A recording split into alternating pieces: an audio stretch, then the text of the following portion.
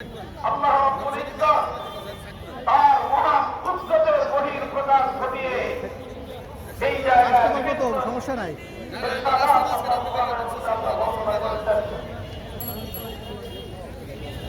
অনেকে মনে করতে পারে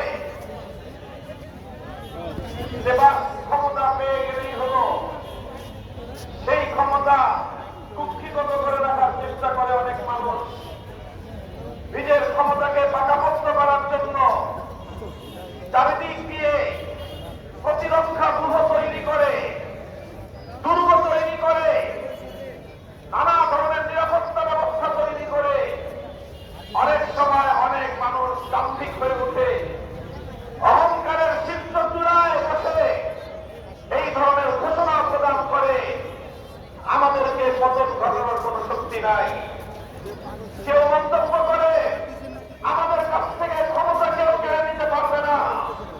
ইতিহাস বলে যে যারা যত বেশি ক্ষমতাসীন হওয়ার পর দাম্ভিকতা প্রদর্শন করে, আমার আল্লাহ রাব্বুল আলামিন যখন তাদেরকে পাকড়াও করার সিদ্ধান্ত গ্রহণ করেন, যে যত বড় দাম্ভিক, যে যার ক্ষমতাকে পাকাপোক্ত করার জন্য যত দুর্বৃত্ত ব্যবস্থা গ্রহণ করেন, আমার আল্লাহ যখন পাকড়াও করেন তখন ততটাই চরম হবে, ততটাই ভয়াবহভাবে তার পতন হবে।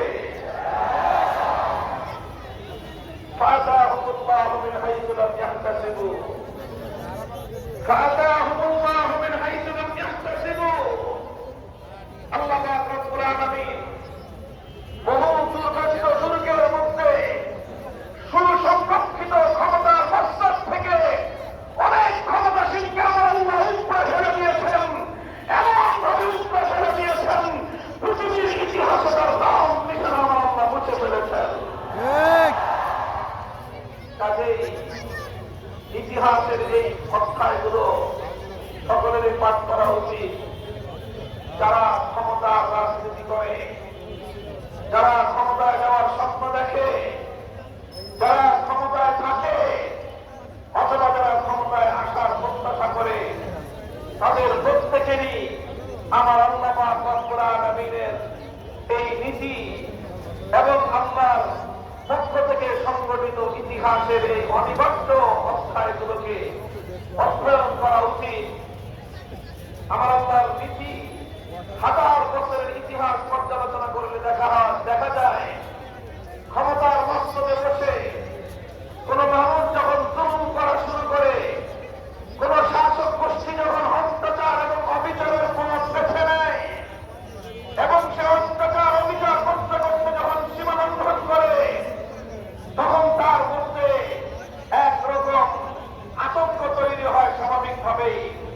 আর সেই আতঙ্ক থেকে অত্যাচারী জালিম শাসকেরা সব সময় ক্ষমতার মস্তককে রক্ষা করার জন্য চারিপাশ দিয়ে ক্ষমতা রক্ষার জন্য দুর্ভেদ্য কেল্লা তৈরি করে, প্রতিরোধ ব্যূহ তৈরি করে, নানা ধরনের বাহিনী তৈরি করে, ক্ষমতার মস্তককে আঁকড়ে ধরার জন্য মরণপণ চেষ্টা করে।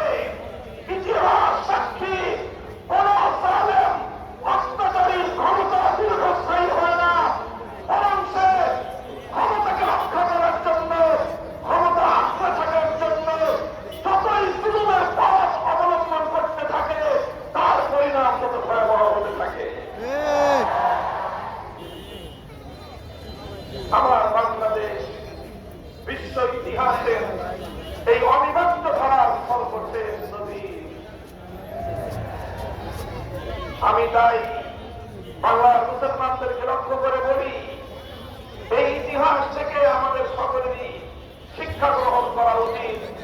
ইন্না ফী যালিকা লা'iবরাতান লিউলিল আবসার। এই সকল ঘটনার মধ্যে যারা শিক্ষা গ্রহণ করতে চায়, যারা বিবেকবান, আমার আল্লাহ পাক রব্বুল আলামিন তাদের জন্য শিক্ষার উপকরণ রেখে দিয়েছে। আমরা কেউ যেন ক্ষমতায় গিয়ে দাম্ভিক না হয়ে যায়, কেউ যেন ক্ষমতা পেয়ে মানুষের উপর জুলুম এবং অত্যাচারের স্টিম রোলার চালাবার মতো এই ভয়াবহ পথে যেন কেউ পা না বাড়ায়।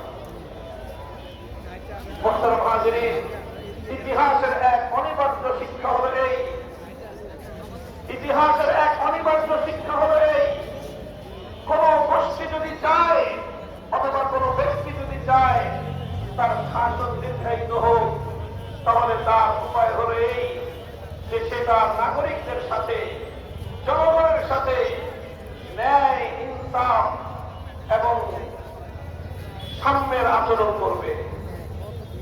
যদি সে জনগণের উপর, নাগরিকদের উপর কোন শাসক গোষ্ঠী জুলুমের পথ বেছে নেয়, অত্যাচারের পথ বেছে নেয়, হাজার হাজার বছর ইতিহাসের অভিন্ন শিক্ষা হল জুলুম এবং অত্যাচারের মাধ্যমে ক্ষমতার মসনদ টেকসই হয় না, এবং জুলুম আর অত্যাচারের মাধ্যমে ক্ষমতাসীনের জন্য ভয়াবহ পরিণাম ডেকে আনে। কারো যদি সেই পরিণাম দেখতে মনে চায়, এই আমাদের থেকে, এখান থেকে পূর্ব দিকে 200 গজ আগালে দেখতে পারবে তার পরিণামের কিছুটা ছিটে ফোটা। আল্লাহ পাক রব্বুল আলামিন সকল ক্ষমতা প্রত্যাশী, ক্ষমতাসীন সকলকে আল্লাহ শিক্ষা গ্রহণ করা তৌফিক দান করেন। আমিন। মুহতারাম হাজিরিন, এই জায়গাটা থেকে ইসলামী রাষ্ট্রবিজ্ঞানের একটা মূল নীতি এবং দর্শনের শিক্ষা পাওয়া যায় কোরআনে কারীমের এই আয়াতের এই জায়গা থেকে। আল্লাযীনা ইম্মাক্কান্নাহুম ফিল আরদি আকামুস সালাতা ওয়া আতাউয যাকাতা ওয়া আমারু বিল মা'রুফি ওয়া নাহাউ আনিল মুনকার ওয়া লিল্লাহি আকিবাতুল উমুর। ক্ষমতার মালিককে চিৎকার করে বলেন, ক্ষমতার মালিককে। এটাই ইসলামী রাষ্ট্রবিজ্ঞানের সর্বপ্রথম এবং সর্বপ্রধান বুনিয়াদ। ক্ষমতার মালিক হলেন আল্লাহ।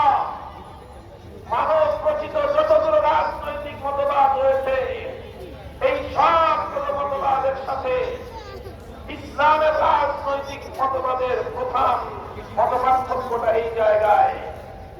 গণতন্ত্র বলেন, সমাজতন্ত্র বলেন, যত রাজতন্ত্র বলেন, সবগুলো তন্ত্র ক্ষমতাকে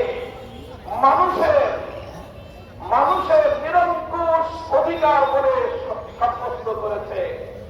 আল্লাহর কোরআন বলে যে না, পৃথিবীর রাষ্ট্র ক্ষমতা, জমিনের ক্ষমতা মানুষের নিরঙ্কুশ মালিকানাধীন নয়, বরং এই ক্ষমতার প্রকৃত মালিক হলেন আল্লাহর পক্ষ থেকে। যারা ক্ষমতাশীল হয়, যারা সরকার হয়, রাষ্ট্র পরিচালনার দায়িত্ব যারা পায় নির্দিষ্ট প্রক্রিয়ার মাধ্যমে, তারা আল্লাহর প্রতিনিধি হিসেবে আল্লাহর বান্দাদের উপর শাসন কার্যক্রম পরিচালনা করে। তারা প্রকৃত ক্ষমতার মালিক নয়, ক্ষমতার প্রকৃত মালিক হলেন আল্লাহ। সরকার হল আল্লাহর পক্ষ থেকে প্রতিনিধি হিসেবে মানুষের উপর শাসন কার্য পরিচালনা করে। এটা মৌলিক পার্থক্য, মালিকানা শব্দের পার্থক্য। আল্লাহ পাক রব্বুল আলামিন ক্ষমতা দেওয়ার মালিক এবং জমিনের মালিক আল্লাহ। এই জন্য কোন সরকারের পক্ষে আমি এর দৃষ্টান্ত দিয়ে থাকি, যেমন নাকি একটা প্রতিষ্ঠান, ব্যবসা প্রতিষ্ঠান, মিল, কলকারখানা, ফ্যাক্টরি, দোকানপাট, এগুলোর মধ্যে একটা মালিক পক্ষ থাকে, আর সার্বিক কার্যক্রম পরিচালনা করার জন্য মালিকের পক্ষ থেকে নিয়োজিত কিছু কর্মচারী থাকে, বিশেষ করে একজন ম্যানেজার থাকে। বড় প্রতিষ্ঠান হলে একজন কি থাকে? ম্যানেজার। তো দেখা যায় প্রতিষ্ঠানের যাবতীয় কার্যকলাপ সবই ম্যানেজার পরিচালনা করে, ম্যানেজার তত্ত্বাবধান করে। কারো কাছ থেকে কিছু কিনতে হলে ম্যানেজার কিনে, কারো কাছে কিছু বিক্রি করতে হলে ম্যানেজার বিক্রি করে, কাউকে চেক দিতে হলে ম্যানেজার দেয়, ব্যাংক ব্যালেন্স সব কিছুই ম্যানেজার পরিচালনা করে। সব ম্যানেজার পরিচালনা করলেও ম্যানেজারকে এই কথা মনে রাখতে হয় যে আমি যতই তৎপরতা পরিচালনা করি, আমি এই প্রতিষ্ঠানের মালিক নই, আমি হলাম মালিকের আজ্ঞাবাহী, তার একজন নিয়োজিত ব্যক্তি। কোন ম্যানেজার যদি এই জায়গাটায় ভুল করে বসে সে যদি নিজেই নিজেকে এই প্রতিষ্ঠানের মালিক বলে গণ্য করতে শুরু করে আর প্রকৃত মালিকের নির্দেশনা উপেক্ষা করে যদি সেই ব্যবসা প্রতিষ্ঠানে কার্যকলাপ পরিচালনা করে তাহলে 2 দিন পরে দেখা যাবে মালিক ওই ম্যানেজারকে ধাক্কা দিয়ে এই প্রতিষ্ঠান থেকে অপসারণ করে দেয়। একটা প্রতিষ্ঠানে ম্যানেজারের যে ভূমিকা আল্লাহ এই পৃথিবীতে ইসলামী রাষ্ট্রবিজ্ঞানের আলোকে সরকারগুলোর সেই ভূমিকা। ম্যানেজার যেরকম তার প্রতিষ্ঠানের মধ্যে নিজস্ব কোন আইন পরিচালনা করবার অধিকার রাখে না, বরং মালিকের অনুমোদিত আইন এবং রুলসগুলোই তাকে অ্যাপ্লাই করতে হয়।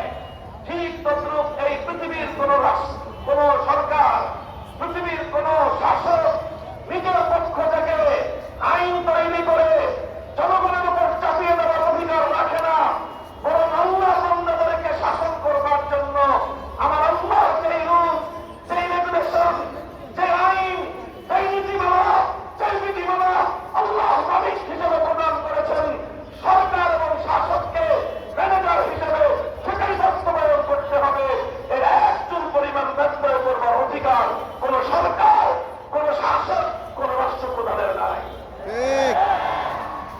এই শিক্ষাটা পাওয়া গেল, এই বিষয়টা প্রমাণিত হয় কোরআনের এই আয়াতের প্রথম শব্দ থেকেই। মাক্কান্নাহুম ফিল আরদ, ক্ষমতা দেওয়ার মালিককে। আমাদের শাসক বর্গ সাধারণত যারা শাসক ক্ষমতা পরিচালনা করেন তারা মুখে মুখে আল্লাহর নাম নেন ঠিক, আল্লাহর নাম নেন ঠিক, কিন্তু তারা এই প্রকৃত আল্লাহর মালিকানার মর্মার্থ তারা জমিনে বাস্তবায়ন করেন না। তারা আল্লাহর বিধানের বিপরীত বিধান তৈরি করেন, আল্লাহর হুকুমের খেলাফ তারা হুকুম করেন, তারা আল্লাহর আইনের বিরুদ্ধে আইন তৈরি করেন।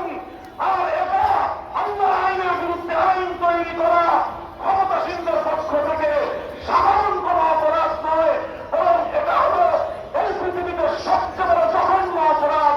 এটার নামে হল ক্ষুধাস্পৃতা। হে জনগণ, যারা ইসলামকে বিশ্বাস করি, আমরা আল্লাহর কোরআনকে যারা আমরা বিশ্বাস করি, আমাদের আজ এই বিষয়ে বদ্ধপরিকর হওয়া উচিত, আমাদের এই বিষয়ে দৃঢ় প্রতিজ্ঞ হওয়া উচিত। আমাদের জমিনে আল্লাহর মালিকানাধীন এই ভূমিতে আল্লাহর আইনের বিরুদ্ধে, আল্লাহর বিধানের বিরুদ্ধে যারা আইন এবং বিধান তৈরি করে এমন কোন ক্ষুধাস্পৃতরাও আমাদের কাজের উপর দেশে বসে শাসন কার্য পরিচালনা করতে না পারে, তার ব্যাপারে সূর্য হওয়ার সময় এসেছে।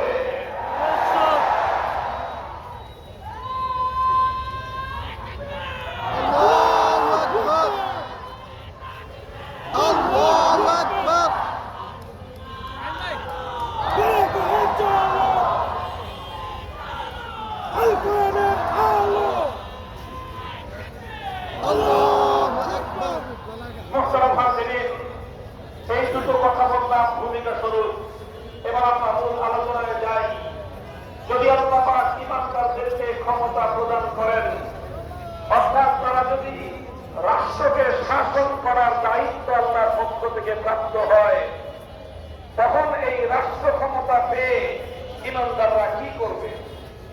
ঈমানদারদের কাজ কি হবে? আল্লাহ বলছেন 1 নম্বর কাজ হবে আকামুস সালাত, সালাত কায়েম করবে, নামাজ কায়েম করবে। 2 নম্বর কাজ হবে ওয়াতামুজ যাকাত, যাকাত ভিত্তিক অর্থ ব্যবস্থা প্রতিষ্ঠা করবে।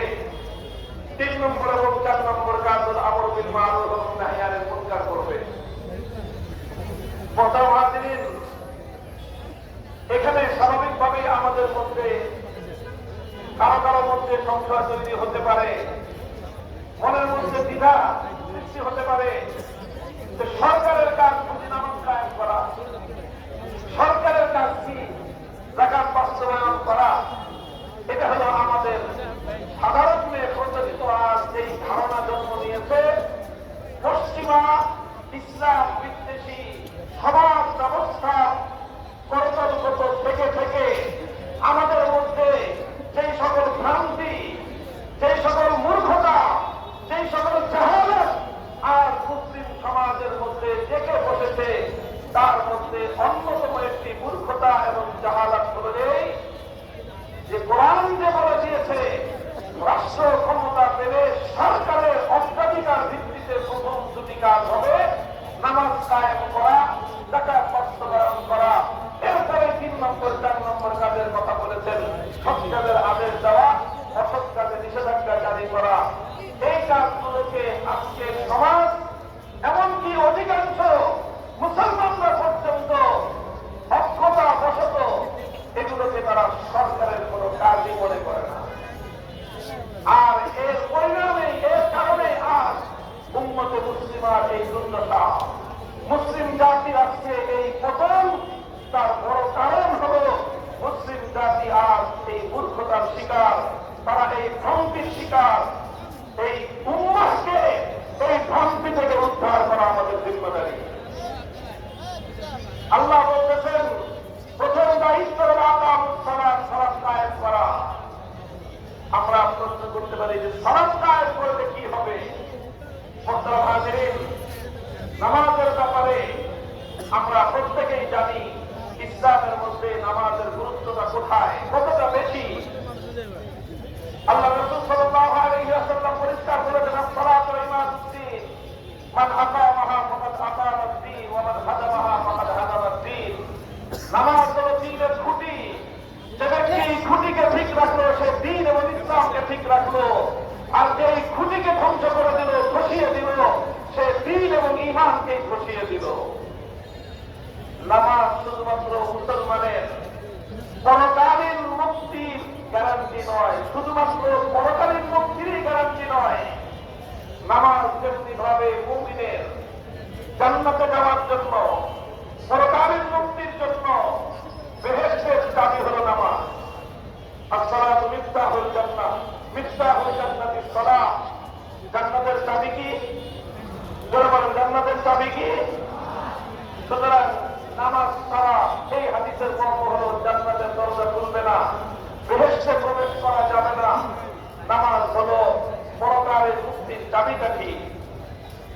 কোরআনের এই আয়াত সূরা হাজর 41 নম্বর আয়াত বলে যে নামাজ মুসলমানদের শুধুমাত্র পরকালীন মুক্তির চাবিকাঠি নয়, বরং নামাজ মুসলমানদের মুসলিম জাতির ইহকালীন উন্নতিরও চাবিকাঠি। নামাজ শুধু মুসলমানদের পরকালীন উন্নতির চাবি নয়, বরং নামাজ মুসলিম জাতির ইহকালীন উন্নতি এবং সমৃদ্ধিরও বুনিয়াদ হল নামাজ। প্রশ্ন করতে পারি, নামাজের দ্বারা মুসলমানদের ইহকালীন উন্নতি কিভাবে সাধিত হওয়া সম্ভব? এই বিষয়টাকে একটু বলার জন্য ইতিহাস থেকে, হাদিসের পাতার ইতিহাস, নভেল নাটকের ইতিহাস নয়, হাদিসের পাতার একটি উদ্ধৃতি আমি প্রদান করছি আপনাদের সম্মুখে। খলিফাতুল মুসলিমিন ওমর ফারুক রাদিয়াল্লাহু তাআলা আনহুর নাম মুসলমানরা সকলেই জানি। পৃথিবীর ইতিহাসে শুধু মুসলিম জাতির মধ্যে নয়, বরং বিশ্ব ইতিহাসে সকল রাষ্ট্রনায়ক হিসেবে 10 জনের নামের তালিকা প্রণয়ন করলে জাতি ধর্ম বর্ণ নির্বিশেষে প্রতিটি মানুষ যেই নাম বাদ দিয়ে 10 জন বিশ্ব শাসকের নাম লিখতে পারবে না, তাদের মধ্যে একজন হলেন খলিফাতুল মুসলিমিন ওমর ফারুক রাদিয়াল্লাহু আনহু। আটলান্টিক মহাসমুদ্রের দিক থেকে আফ্রিকার জঙ্গলের গহীন অঞ্চল পর্যন্ত অর্ধ পৃথিবী তিনি শাসন করেছিলেন, এবং যার যুগে মুসলমানরা আটলান্টিক সমুদ্রের তীরে গিয়ে বলেছিলেন, সমুদ্রের অপর প্রান্তে পৃথিবীর কোন মানুষ বসবাস করে সেটা যদি আমরা নিশ্চিতভাবে জানতে পারতাম, তাহলে এই সমুদ্র পাড়ি দিয়ে সেখানে আল্লাহ দিনের ঝান্ডা কালেমার ঝান্ডা আমরা উদ্ধার করতাম। সুবিশাল এই পৃথিবী, সেই বিশাল জগতের একজন সফলতম রাষ্ট্রনায়ক ওমর ফারুক রাদিয়াল্লাহু আনহু।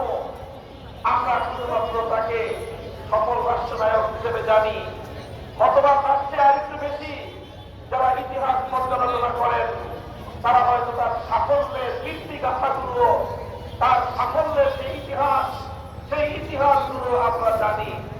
কিন্তু আমরা কয়জন জানি এই সাফল্যের পিছনে রহস্যটা কি ছিল? কিসের ভিত্তিতে খলিফা ওমর এমন সাফল্য অর্জন করেছিলেন, আমি তার ছোট্ট একটা উদ্ধৃতি দিই আপনাদের সম্মুখে। বুখারী শরীফের হাদিসের মধ্যে একটা ওমর ফারুক রাদিয়াল্লাহু আনহুর একটি উদ্ধৃতি বর্ণিত হয়েছে। খলিফা ওমর তার গোটা রাষ্ট্রের খেলাফতের প্রতিটি গভর্নর, রাষ্ট্রের প্রত্যেকজন গুরুত্বপূর্ণ দায়িত্বশীলের নামে একটা রাষ্ট্রীয় ফরমান জারি করেছিলেন। একটা রাষ্ট্রীয় ফরমান খলিফার পক্ষ থেকে সকল গভর্নরদের নামে, সকল শাসকদের নামে, প্রশাসকদের নামে কি ছিল, সেই ওনার পক্ষ থেকে প্রেরিত যেই সার্কুলার, তার যে নির্দেশনার ভাষা কি ছিল, বুখারীর হাদিসের মধ্যে বর্ণিত হলে মোহাম্মদ লিখেছেন, ইন্না আহাম্মা উমুরিকুম ইনদি আস-সালাহ, ইন্না আহাম্মা উমুরিকুম ইনদি আস-সালাহ, ফামান হাফিযাহা ফাহুয়া লিমা সিওয়াহা আহফাজ, ওয়া মান দায়্যাহা ফাহুয়া লিমা সিওয়াহা আযিয়াউ। হে আমাদের খেলাফতের সকল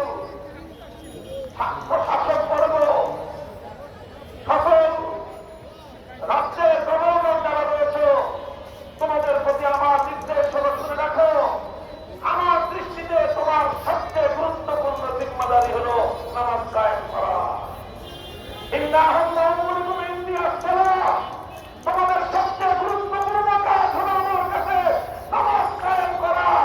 সেই গভর্নর, সেই প্রশাসক নামাজকে যথাযথভাবে কায়েম করবে, নামাজকে যথাযথভাবে সংরক্ষণ করবে,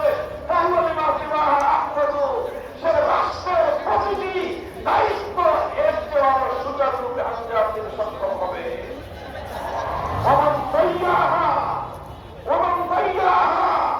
সেই গভর্নর, সেই প্রশাসক, রাষ্ট্রের যে আমরা নামাজকে ধ্বংস করবে, নামাজকে যথাযথভাবে আঞ্জাম দিবে না, যার হাতে নামাজ নষ্ট হবে তার দ্বারা রাষ্ট্রের কোন একটা কাজ সুচারুরূপে আঞ্জাম পেতে পারে না। যে নামাজ সুন্দরভাবে কায়েম করে না, প্রশাসন সুন্দরভাবে সে চালাতে পারবে না। যে নামাজ সুন্দরভাবে কায়েম করে না, জনগণের অধিকার সে সুন্দরভাবে আদায় করবে না। যে নামাজ সুন্দরভাবে কায়েম করে না, রাষ্ট্রীয় দায়িত্ব পালন করবার ক্ষেত্রে সততার পরিচয় সে দেবে না।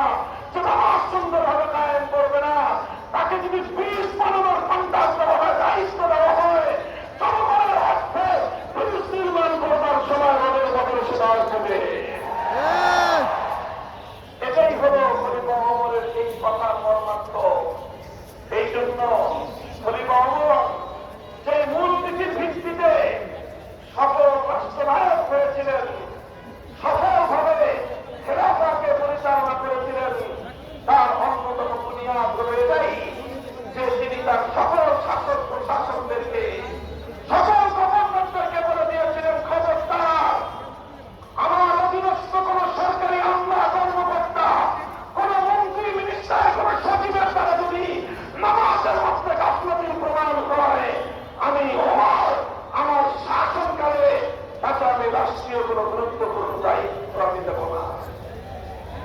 মোহতারাম হাজিরিন, আমরা বলতে চাই, হে উম্মতে মুসলিমা, আজ তোমরা রাষ্ট্র থেকে নামাজকে বিচ্ছিন্ন করে, শুধুমাত্র নামাজকে বিচ্ছিন্ন করে নাই, তোমাদের গৌরবোজ্জ্বল ইতিহাস থেকে তোমরা তোমাদেরকে বিচ্ছিন্ন করেছ, নিজেদের নাম মুছে ফেলবার নিজেরাই সেই মৃত্যু পরোয়ানা দস্তখত করেছ।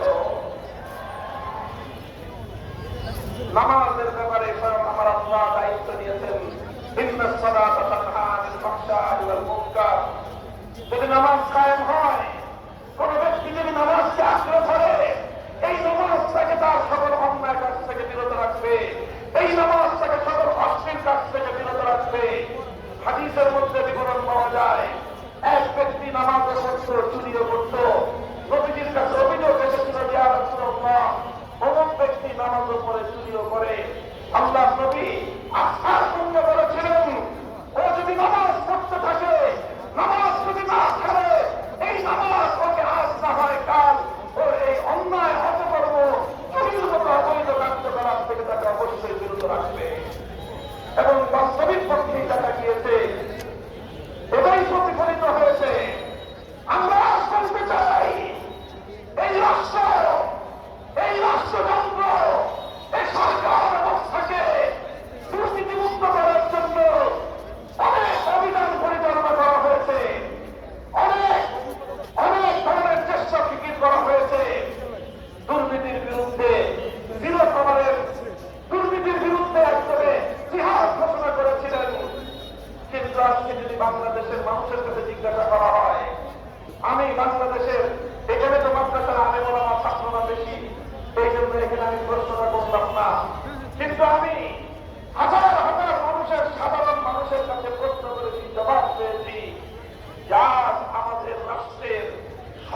যে সকল অফিস আদালত আছে সেই সকল অফিস আদালতে গিয়ে যে কোনো সেক্টরের হোক যে কোনো বিভাগের সরকারি অফিস আদালতে জনগণ যদি কাজ করতে যায় সেবা দিতে যায় তার প্রাপ্য সেবাটুকু যদি একটা সাধারণ নাগরিক সরকারি কোনো অফিস আদালত থেকে উসুল করতে যায় আমি প্রশ্ন করেছি ঘুষ ছাড়া উৎকট ছাড়া আপনারা কত পার্সেন্ট কাজ অফিস আদালত থেকে সরকারি অফিস আদালত থেকে পাস করেন? মানুষ জবাব দিয়েছে, এখানে মাথার ছাত্ররা জবাব দিয়েছে না, কোনো দিও না, আলেমরা জবাব দিয়েছে না, আমার এলাকাবাসী যারা আছেন আপনারা বলেন দেখি, বুকে হাত দিয়ে বলেন, আমাদের চেহারার দিকে তাকায় বলতে হবে না, আপনার বিবেকের কাছে আপনি জবাব দেন। সাধারণ ভাইয়ের এলাকাবাসী কত পার্সেন্ট কাজ সরকারি অফিস আদালত থেকে ঘুষ মুক্ত দুর্নীতি মুক্ত ভাবে করতে পারেন বলেন? এই এলাকাবাসী বলতে 0%। 0% বলতেছেন, আচ্ছা যারা সরকার খাতিরে মেনে নিল 5%। কত 90% কাজ সরকারি অফিস আদালত থেকে ঘুষ ছাড়া উৎকট ছাড়া দুর্নীতি ছাড়া হয় না।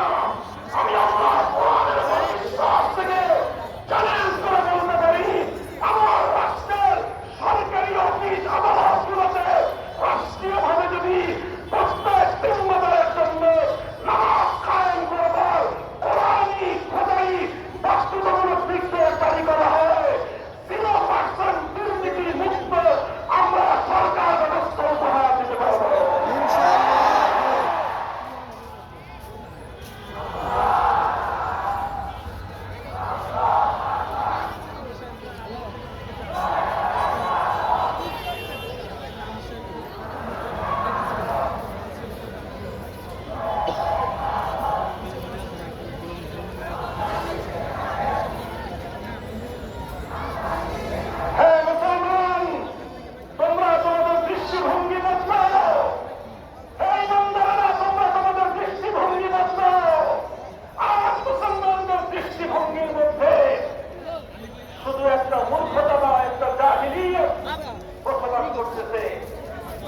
আপনারা বলবেন যে মূর্খতা না বলে জাহিলিয়াত বলছেন কেন? মূর্খতার চেয়েও 10 গুণ বেশি অন্ধকার হলো জাহিলিয়াত। সেই জাহিলিয়াত হলো আমরা নিজেরা নিজেদের প্রতিষ্ঠাধীন জায়গাগুলোতে আমরা চাই না নানাজি মানুষ নিয়োগ পান। আপনি মিলকল কারখানা ফ্যাক্টরির মালিক, আপনি গার্মেন্টসের মালিক, আপনি একটা ব্যবসা প্রতিষ্ঠানের মালিক, আপনি আপনার প্রতিষ্ঠানের মিলকল কারখানার ফ্যাক্টরির সকল কর্মকর্তা কর্মচারীদের সঙ্গে বাধ্যতামূলক নামাজের নির্দেশ জারি করেন। আমি দায়িত্ব নিয়ে বলছি, 2 থেকে 6 মাসের মধ্যে আপনার প্রতিষ্ঠানে দেখবেন আপনার প্রতিষ্ঠানে নৈতিকতার মান উন্নত হবে, আপনার ব্যবসার মধ্যে আরো বেশি বরকত এবং সফলতা আসবে ইনশাআল্লাহ। আমরা এটা করতে চাই না, কারণ আমরা সবকিছু নিজেদের চর্মচোখে দেখতে চাই, অন্তর্দৃষ্টি দিয়ে দেখার মতো মানসিকতা আমাদের মধ্যে থেকে লুপ্ত হয়ে যাচ্ছে। আল্লাহ উম্মাহকে এই জাহিলিয়াত থেকে পরিত্রাণ দান করুন। সুতরাং ইসলাম কেন সরকারকে সর্বপ্রথম নামাজ কায়েম করতে বলেছে? সরকারকে এজন্যই নামাজ কায়েম করতে বলেছে কারণ সরকারের সর্বপ্রধান দায়িত্ব রাস্তাঘাট নির্মাণ করা নয়, সরকারের প্রধান দায়িত্ব পুলিশ কালভার্ট নির্মাণ করা নয়, সরকারের প্রধান দায়িত্ব মিল ফ্যাক্টরি তৈরি করা নয়। একটা রাষ্ট্র একটা জাতিকে সফল হতে হবে সবচেয়ে গুরুত্বপূর্ণ সেক্টরের নাম হল ম্যান পাওয়ার। ম্যান পাওয়ার তৈরি করেন, মানব সম্পদ তৈরি করেন। মানব সম্পদ তৈরি করার জন্য সবচেয়ে গুরুত্বপূর্ণ উপাদান হল মানুষের মধ্যে নৈতিকতা তৈরি করেন, মানুষের মধ্যে আল্লাহর ভয় তৈরি করেন। যখনই আপনি মানুষের মধ্যে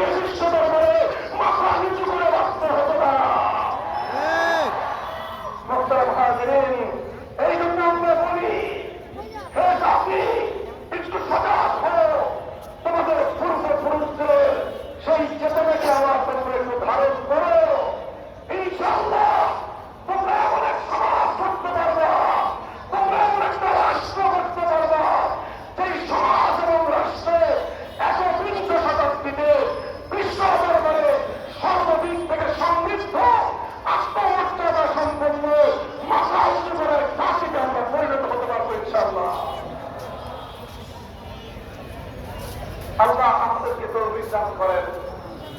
মোহতারাম হাজিরিন, এই কথাটা আমি বললাম, নামাজের কথা বললাম।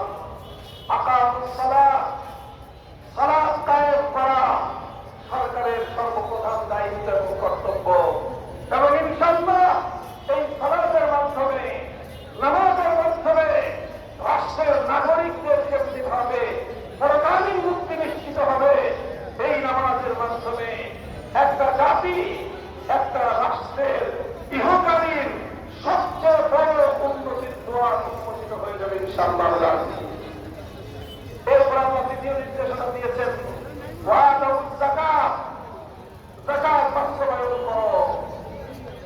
যাকাতটাকে এত প্রায়োরিটি দেওয়া হলো কেন?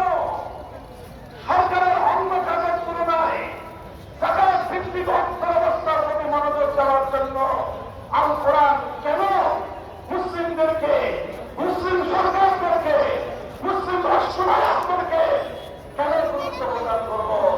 তার কারণ আমাদেরকে সর্বপ্রথম যাকাতের প্রতি স্ট্রিক্টটা করতে হবে। যাকাত সম্পর্কে স্বয়ং আল্লাহ রাসূল সাল্লাল্লাহু আলাইহি ওয়াসাল্লামের হাদিস আছে, তুখাযু মিন আগনিয়াইহিম ওয়া তুরাদ্দু আলা ফুকারাইহিম। যাকাতের মূল মন্ত্র হলো এই, ধনী সম্পদ থেকে গরিবের হিস্সা আদায় করে গরিবকে তার পাওনা বুঝিয়ে দেওয়ার নামই হলো যাকাত। ধনীর সম্পদ থেকে, আবার বলছি, বড় লোকের সম্পদ থেকে গরিবের হিস্সা আদায় করে রাষ্ট্রীয় ব্যবস্থাপনায় গরিবের দুয়ারে দুয়ারে তাদের অধিকার পৌঁছে দেওয়ার নামই হল যাকাত ব্যবস্থা। মোহতারাম হাজিরিন, যাকাত ভিত্তিক অর্থ ব্যবস্থার সবচেয়ে বড় সুফল হল এই, যেই রাষ্ট্র যাকাত ভিত্তিক ইসলামী অর্থ ব্যবস্থা বাস্তবায়ন করবে, সেখানে কোনদিন বৈষম্য থাকবে না। সেখানে একদল মানুষ তারা আকাশচুম্বী সম্পদের পালন করবে, আর দেশের মাতৃদল, দেশের সকল জনসাধারণ দারিদ্র সীমার নিচে বসবাস করবে। কোন রাষ্ট্র জাতি যদি যাকাত ব্যবস্থা বাস্তবায়ন করে, সেই জাতির মধ্যে ধনী দরিদ্রের মাঝে আকাশ পাতাল ব্যবধান কোনদিনও থাকতে পারে না।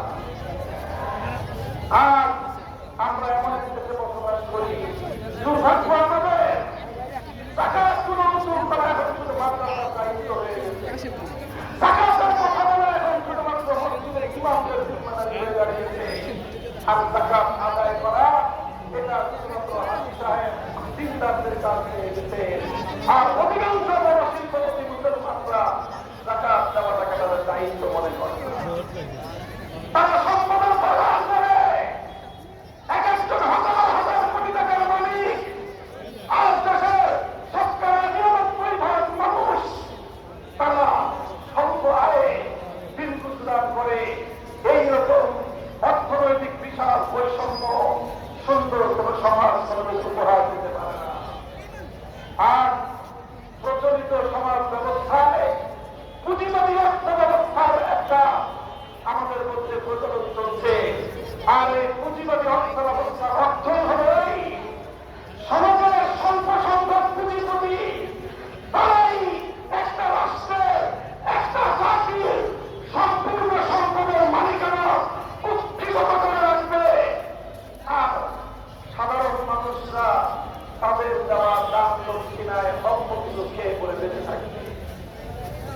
এটাই হল পুঁজিবাদী অর্থ ব্যবস্থার মূল সারমর্ম। আমি আপনাদেরকে একটা ছোট্ট পরিসংখ্যান শোনাই। এই যে আলহামদুলিল্লাহ আমাদের বাংলাদেশের ব্যাপারে তো আমাদের সকলেরই এক গল্প শুনতে শুনতে মুখস্থ হয়ে গেছে যে বাংলাদেশ এখন পৃথিবীতে উন্নয়নের রোল মডেল। খুব উন্নয়ন নাকি বাংলাদেশে হয়েছে, অর্থনৈতিক উন্নতি হয়েছে, এদেশের মানুষের মাথা পিছু আয় বেড়েছে। মাথা পিছু আয় মানে পার ক্যাপিটা ইনকাম বেড়েছে। মাথা পিছু আয় মানে কি? মানে গড় আয় বেড়ে গেছে। গড় আয় বাড়াটা এটা কোন জাতির প্রকৃত অর্থনৈতিক উন্নয়নের এটা এটা কোনো মানদণ্ড হতে পারে না। আমি বিচার করছি আজকে প্রতিবাদী অস্ত্র ব্যবস্থার সাথে আমরা শক্তভাবে প্রতিবিম্বিত করছি। জিডিপি গ্রোথ বৃদ্ধি পাওয়া, দেশের আভ্যন্তরীণ মজুদ উৎপাদন বৃদ্ধি পাওয়া অথবা পার ক্যাপিটা মাথাপিছু ইনকাম বৃদ্ধি পাওয়া একটি জাতির সত্যিকার অর্থনৈতিক উন্নয়নের কোন মানদণ্ড হতে পারে না। অথচ আমাদেরকে এই সকল কালকল্প শোনানো হয়। কেমন কালকল্প? আমাদের বর্তমান বাংলাদেশের যে সর্বশেষ অর্থবছর 2024-25 অর্থবছর, বাংলাদেশের ফিসক্যাল ইয়ার